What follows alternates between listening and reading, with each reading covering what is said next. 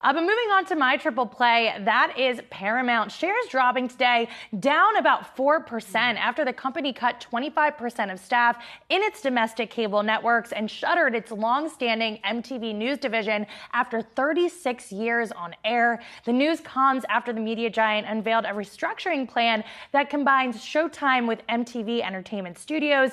The company, which also announced it would merge Paramount Plus and Showtime into one streaming product, is eyeing greater integration between its cable TV and streaming offerings, especially amid those escalating cord-cutting trends.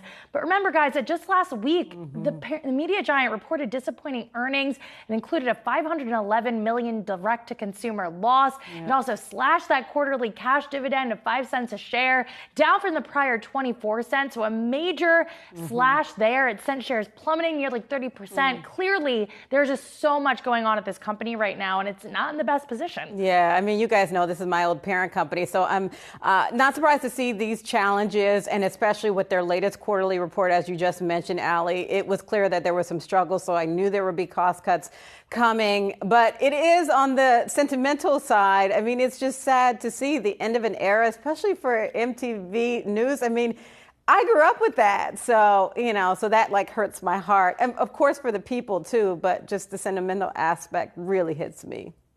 Yeah, RIP. There's a lot of people, I think, Diane, that are saying that today. Allie, I've been curious here with so many of these companies reporting earnings. A lot of the focus, yes, is on their performance in Q1, but also what's happening right now with the writer's strike. We know the Directors Guild is now in negotiations here. Their contract expires at the end of June. How does that complicate the picture for studios like Paramount?